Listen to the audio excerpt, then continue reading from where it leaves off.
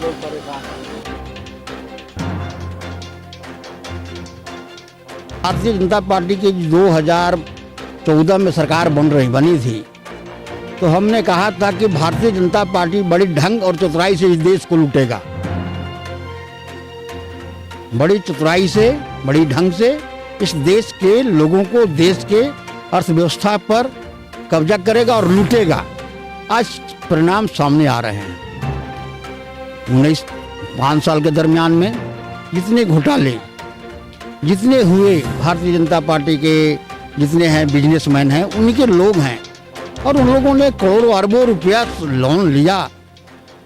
और हम समझते हैं कि झारखंड नहीं, ये बिहार, हमें भारत की आज़ादी के बाद इतने डिफॉल्टरों का इतने बड़े पैमाने पर 68,000 करोड़ 604 करोड़ रुपया माफ़ कर देना, ये भारत की अर्थव्यवस्था को चौपट करने का है। और एक तरह से भारत के अर्थव्यवस्था पर चौपट कर करके गरीब तबके के लोगों को सब बताइए, हमसे आप बोल रहे हैं माफ़ कर रहे हैं, और PM affairs cares fund trust, वो ट्रस्ट कहाँ, उसको न जांच कोई करेगा, न कोई एजी उसको जांच करेगा, ना महालेखाकार जांच करेगा, ऐसा आज तक नहीं हुआ। तो भारतीय जनता पार्टी यदि और रहा तो लोकतंत्र के पर खतरा है, यहाँ के लोक सामाजिक न्याय के साथ साथ लोकतंत्र पर खतरा है। जहाँ तक पूंजीपति लोग का ऋण माफ करने का सवाल है, तो भाजपा तो शुरू से ही पूंजीपति की सरकार रही है।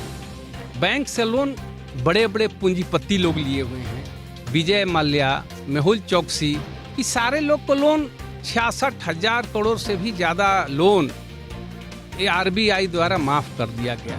एक तरफ हमारे प्रधानमंत्री रोना रोते हैं कि पैसा नहीं है।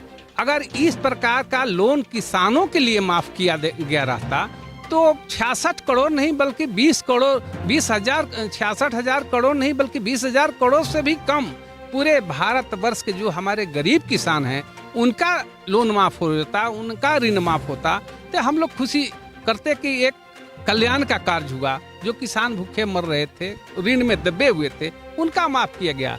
लेकिन ये तो कारपोरेट की सरकार है, भाजपा की जो सरकार है कारपोरेट की सरकार है।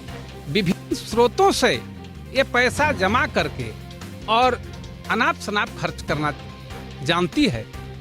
जैसा अभी आप लोग देखे, जो निरीह प्राणी हैं, जो कर्मचारी लोग हैं, जो कार्यरत हैं, हमारे 4th ग्रेड के भी कर्मचारी हैं, बहुत मुश्किल से पैसा मिलता है और 1 महीना चलता भी नहीं है।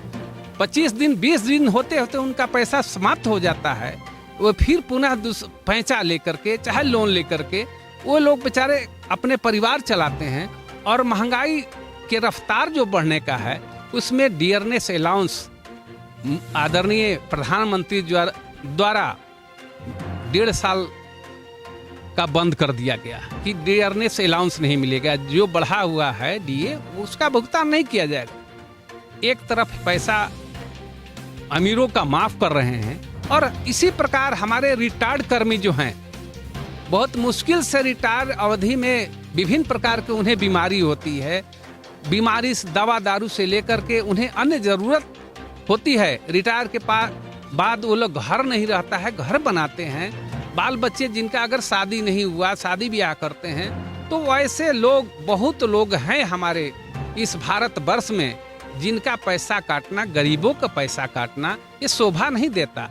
भाजपा की जहाँ तक बात है, ये कहा गया, कहावत चरितार्थ होता है कि आपकी विपत्ति ही मेरी संपत्ति है।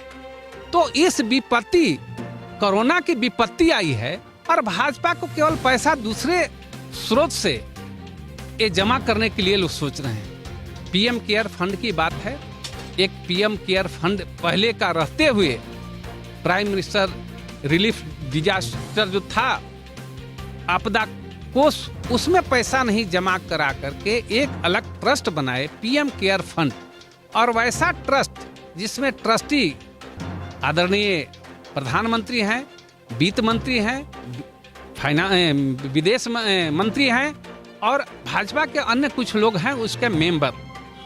वैसी स्थिति में वैसे ट्रस्ट का वो भी दिया गया है कि इसका कोई जांच नहीं होगा, लोकसभा पर इस पर कोई चर्चा नहीं होगी। तो हम लोग को संदेह हो रहा है कि इस प्रकार का जो ट्रस्ट है जिसमें अरबों अरबों रुपया जमा हो रहा है, अभी तक कितना पैसा जमा हो गया और उसका ऑडिट नहीं होगा, उसका कोई जांच नहीं होगा, तो वैसे पैसे का दुरुपयोग की संभावना प्रबल बनती है। इसलिए इस ट्रस्ट का भी विधिवत रूप से खुलासा करना चाहिए और इसको जांच के दायरे में, सीएजी के दायरे में निश्चित रूप से लाना चाहिए।